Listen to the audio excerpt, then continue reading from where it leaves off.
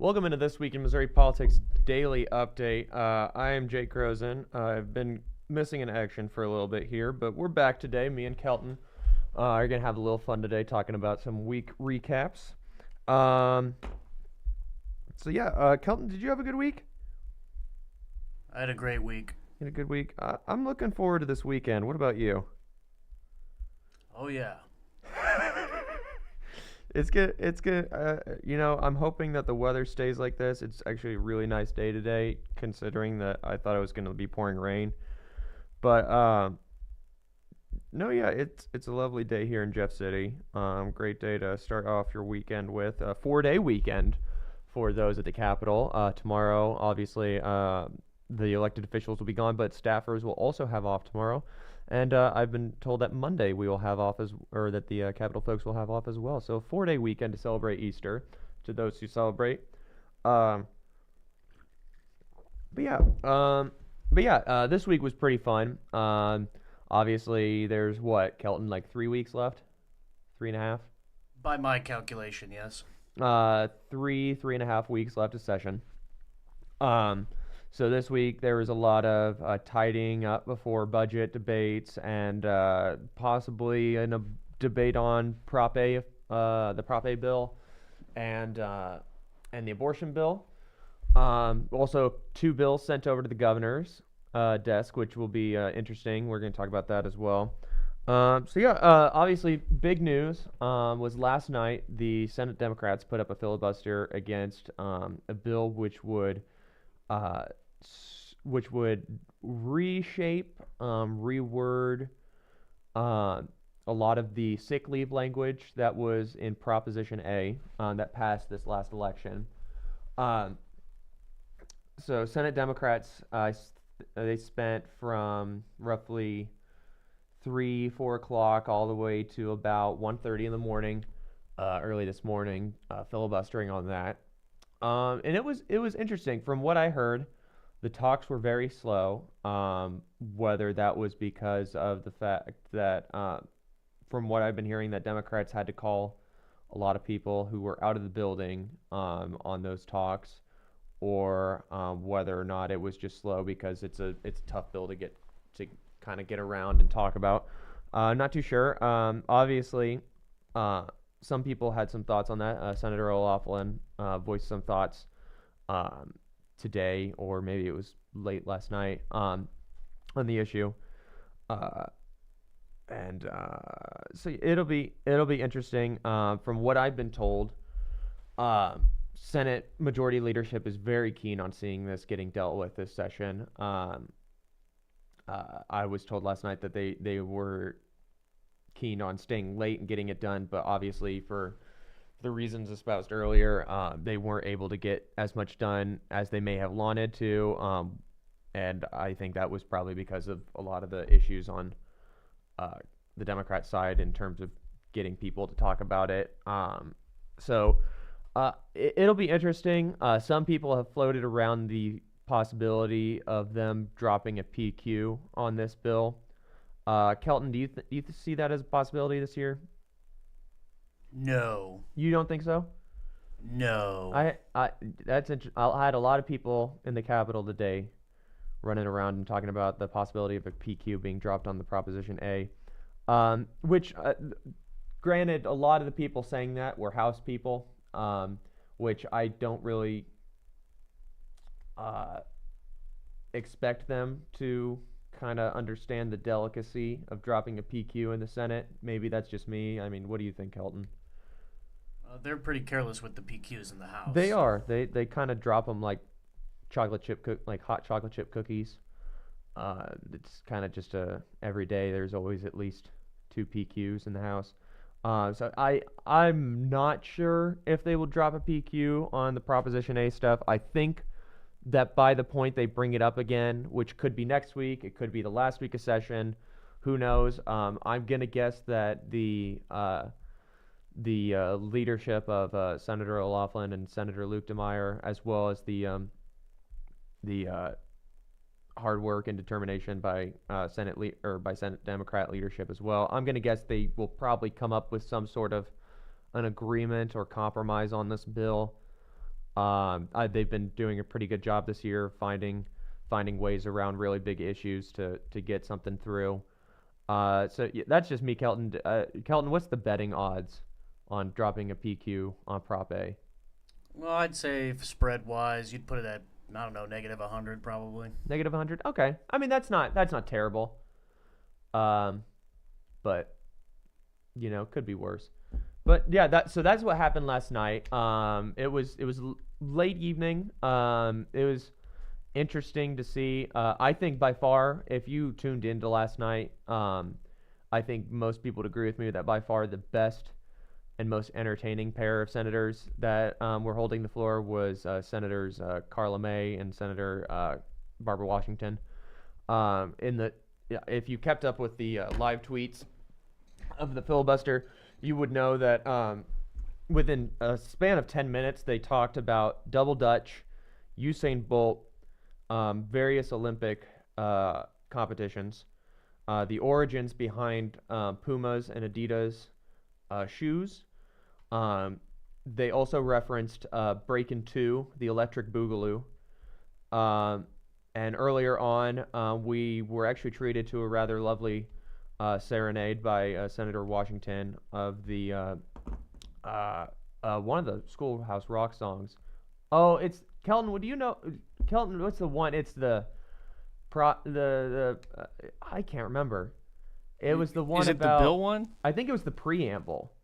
Oh, I only know the bill one. Okay, the bill one. Well, the bill one's a classic. I think they should actually play that more often for people in the Capitol. I think that should be like part of the onboarding process. But that's just my opinion.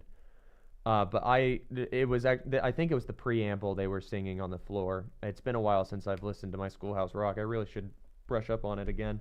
But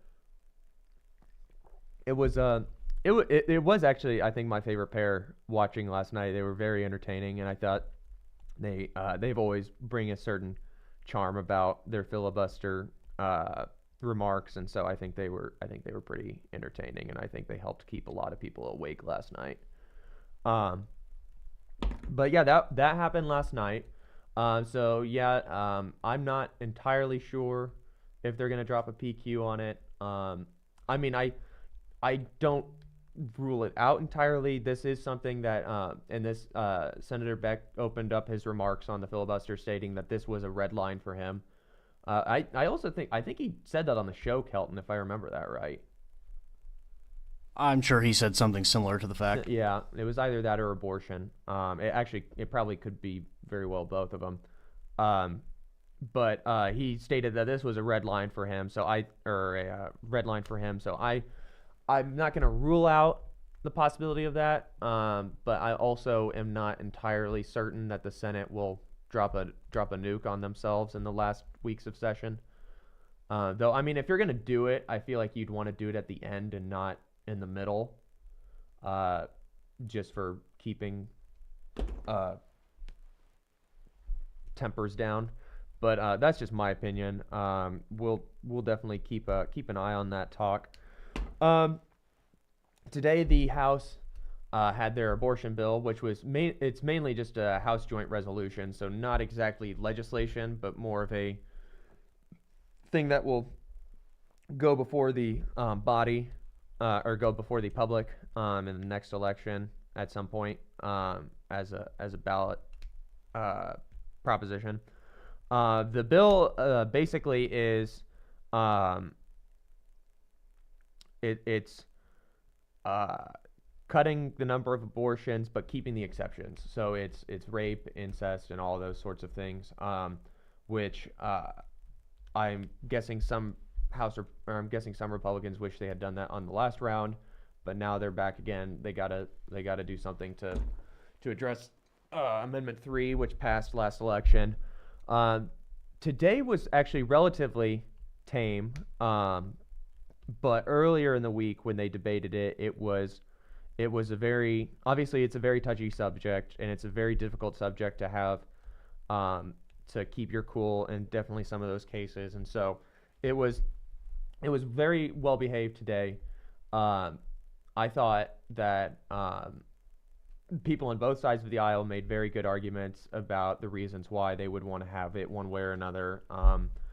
uh, whether you agreed with them or not, I thought I thought both Republicans and Democrats did a good job of a lot of their or outlining a lot of their arguments for and against.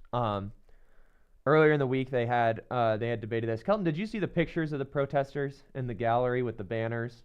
I did see them, yes. Yeah, they had that. That came in at the very end of the first round of debates for it this week. When when they had voted on it towards the end there. Um, yeah, a lot of from what I heard and what I saw, a lot of tempers were high. I'm sure some representatives may have said things to other people that they would not have said on normal circumstances. I'm sure there was some remarks made to each other from what I heard on the floor about a couple things here and there. I mean, I really didn't expect anything less. It is a very touchy subject. Keldon, I don't think you would disagree with me there that there really wouldn't have been any more of a. They tend to get a little aggressive with this Yeah, subject. the House can do that. But they had that this week, and it just got voted out of the House today. I did also hear Kelton, speaking of PQs, somebody mentioned that there could be the possibility of a PQ on this as well in the Senate. And first off, what do you think about that? And second off, do you think Prop A or abortion would get the PQ first? If I had to choose one, I'd have to choose abortion. I think I would agree with you. I think these would be. Now, I don't doubt that the Senate wouldn't try to pass it, but I don't know, would it benefit them to pass it this year, or would it benefit them to pass it next year before the midterms? What do you think they pass it this year, Kelton? If they do pass it, I doubt it'll be the same as when it came in. Okay. Yeah. Um, yeah, it'll be. Yes, I heard some people float that, but then again, it's House people who PQ about everything. It could literally be the most non-controversial bill, and they'll still PQ it. Um, but yeah, I'm not certain if the Senate will PQ both of those. I mean, if they do PQ anything, I feel like it would. I actually, I feel like it could be the Prop A stuff, Kelton, because I feel like abortion is something that they're really not wanting to bring out to be a major contention between the two caucuses. I feel like they would want to try to come together and, like, if they were to have a compromise on something, I feel like they would do something like that. But I could be wrong. What do you think? I think they came very close last year to PQing some abortion stuff. So That is true. history That may is repeat true. itself. So maybe I'm just wrong. That's very possible. I've been wrong before. Um, so yeah, those are the two things. I would say those two are definitely something to keep an eye on in the coming days. Um, Especially with the budget coming up, that's going to be eating up a majority of the time on the Senate floor. But I feel like those are the two big bills to really watch here towards the finish line. Um, and yeah, it'll be interesting. We'll be covering that. We'll definitely be keeping an eye on it. So yeah, those two will, I think, be the two big ones besides the budget in the last couple of weeks. But we saw two bills passed out and now sent to the governor's desk this week as well. We saw SB 22 and SB 47, which earlier on this session we covered SB 47, which is the elimination of the capital gains tax.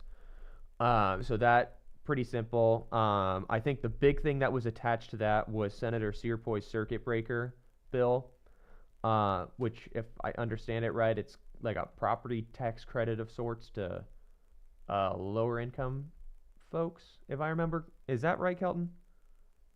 I have no clue. Yeah, I think I didn't pay too much attention to that one, but I think that one was the big one that got amended onto it. Um, but SB 22 is actually a pretty interesting creature. It's basically, the way it would work is that ballot language now, instead of being primarily held by the courts, like how they determine it, is actually, it would go through, from my understanding, it would go through the Secretary of State's office. And the Secretary of State, whoever that is, would have three chances to interpret ballot language in a certain way, to write out the ballot language. And then each time they would bring it before the court, and then the court would then decide whether or not the ballot language is fair. And it would have 3 times to do that. And I think on the last time, let me look at this. I think on the last time it goes back to the courts, if I remember correctly. Uh, let's see. Yeah, let's see. I got it here somewhere. Um. Anyways, it's somewhere in here. Basically, that's like the bulk of the bill. There was, and it was handled by Senator Bratton, who got that across this year. But there was also an amendment added onto it. Oh, here it is. So yeah, it says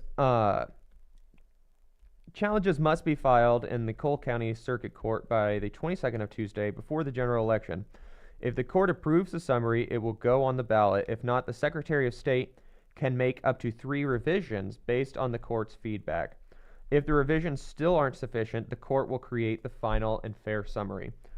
The law also speeds up the process for measures started by the governor or the General Assembly, extends the deadline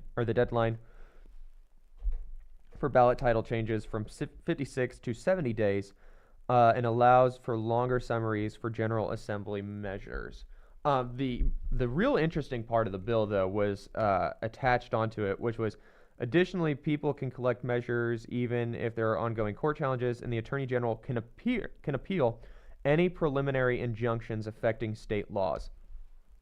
So from what I've heard is that this bill was pushed across the line so that Attorney General Andrew Bailey could then appeal some cases that were currently in the courts right now. So it was definitely really interesting to kind of see that put together. It's definitely, I think it's going to be a big part.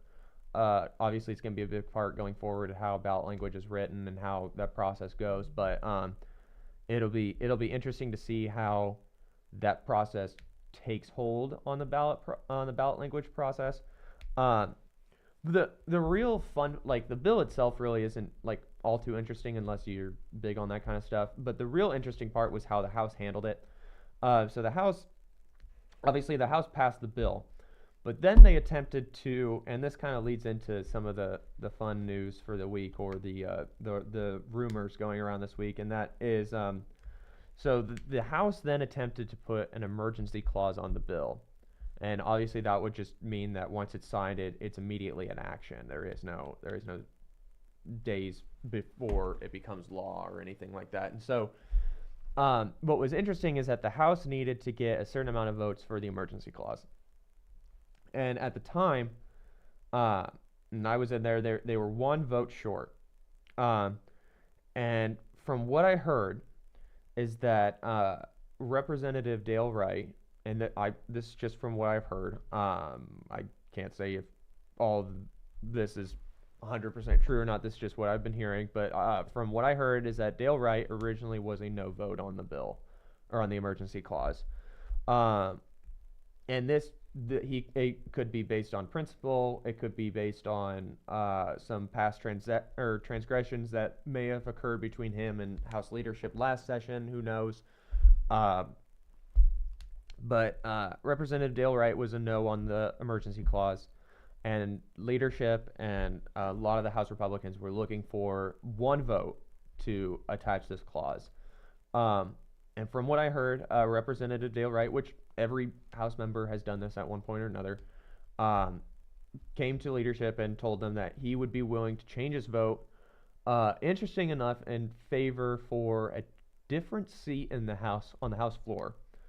And the seat I heard that was pointed out to particularly was freshman Representative Mike Steinmeier's seat, which, if you see where he sits, it's kind of in the back near leadership on the right side of the floor. Which I don't really know why you'd care where you're sitting on the House floor. I guess it's, I don't. Kelton, if you were to sit anywhere on the House floor, where would you want to sit? I'd want to sit in the back so I can just stay on my phone. Yeah, I mean that is fair. It's kind of like a classroom. Like the closer you are to the front, the more the teacher kind of notices you, and the less you can get away with.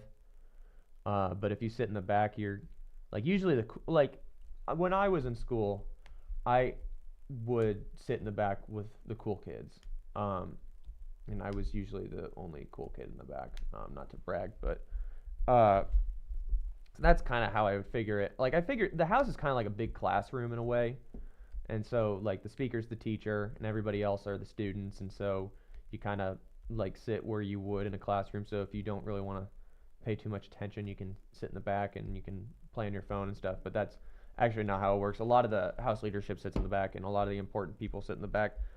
Uh, but anyways, Dale Wright wanted to get a, from what I heard, was he wanted a parking spot and he wanted a better seat in the House, and that being Representative Steinmeier's seat.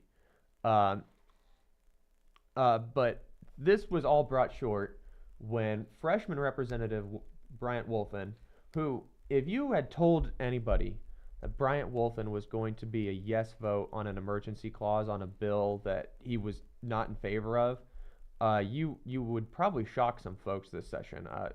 Bryant Wolfen, he's very principled. Uh, he has very certain set views on things, and so he votes in an odd way, and a lot of his colleagues will tell you that. A lot of Democrats will tell you that. He will tell you that as well. Uh, but he votes in odd ways. But Representative Bryant Wolfen, um, from what I saw, he walked over to his seat on the House floor and he changed his no vote to a yes, and that was the end of it. And it was pretty interesting to watch that. And now, interesting enough, is that Dale Wright, who was originally in an office on the fourth floor, has now been moved to an office on the first floor, like the day after the vote, like immediately after the vote, they moved him down there. And now Representative Dave Griffith sits on the fourth floor. Uh, and it's kind of like typical House drama, Kelton. If you'd ask me, it just kind of seems like what usually goes on in the House. I can't say I'm shocked. Yeah, I can't say I'm shocked either, but it was definitely interesting to watch. And then afterwards, when you're walking the halls, and you usually, like I usually try to memorize where everybody's office is. It was a little odd to see that Dave Griffith was now in Dale Wright's place. So, yeah, that was definitely uh, it was fun to watch on the floor. It's one of those cases where they leave the board open for a little bit, and if you keep an eye out on stuff, you can definitely see where all the real movements are going on, and who are the big players on the floor at the time. And so, yeah, it was pretty interesting to watch that. And I guess, I mean, if this is true, I guess the moral of the story is, I mean, take your chances when they present themselves, and don't wait too long, because then I think somebody else will come up and take that chance for you. Uh, but that's just kind of my 2 cents, which really isn't worth 2 cents.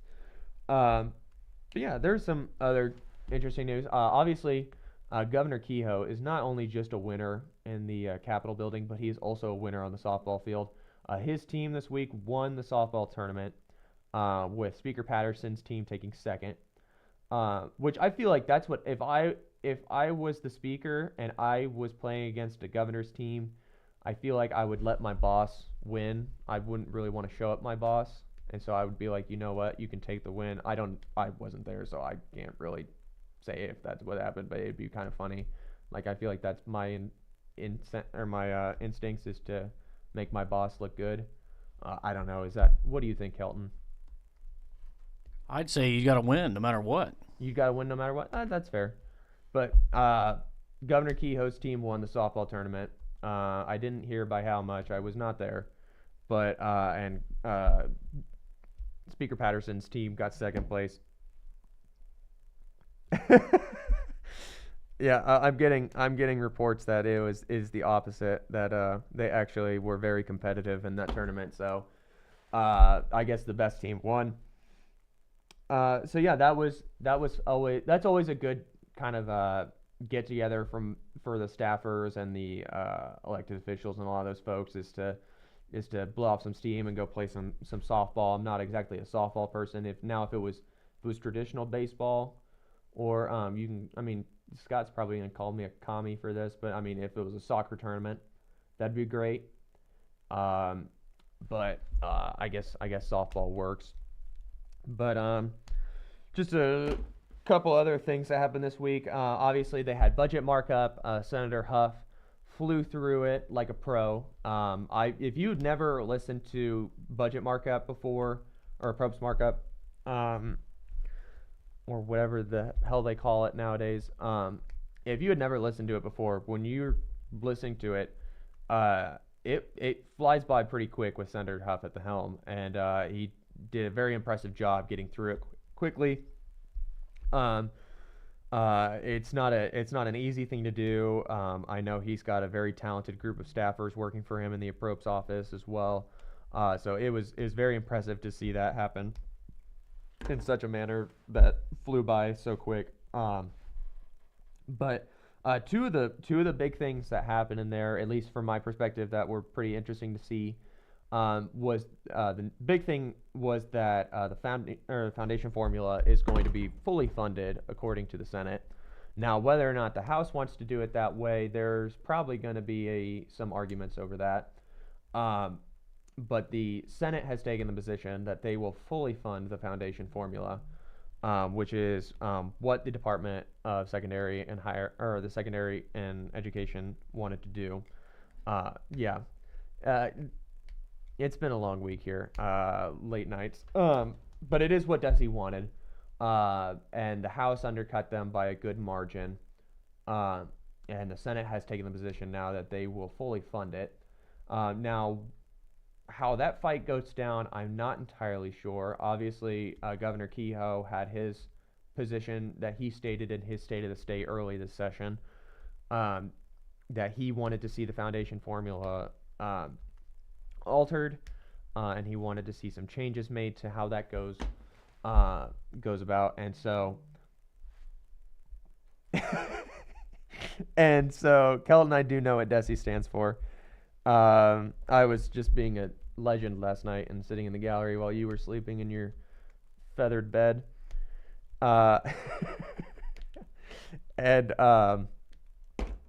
so that'll be an interesting fight to see happen. And then the other interesting stuff was that there's some changes to some of the departments. So MoDOT saw some changes in terms of what they're getting funding for. Some of the elected statewide offices got some changes as well. So yeah, it's gonna be. I think this year will be a very interesting budget to see. Kelton, at the end of the budget process, does the foundation formula stay fully funded? I think the Senate usually gets what they want, so Yeah, I'm I confident. think that's fair, and I think that is what's going to happen as well. Um, yeah, going forward though, it'll be interesting to see how it goes. But yeah, I would suspect that the foundation formula stays fully funded. Um, Kelton, if you were Kelton, if you were going to stay up here on a filibuster night and you needed somewhere to stay, where would you stay?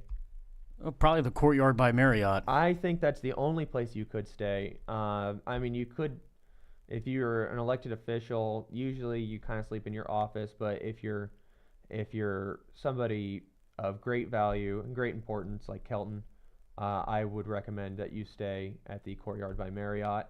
Um, and Kelton, this week, you're planning on going up to the Great Northwest to get some rural broadband. Is that right?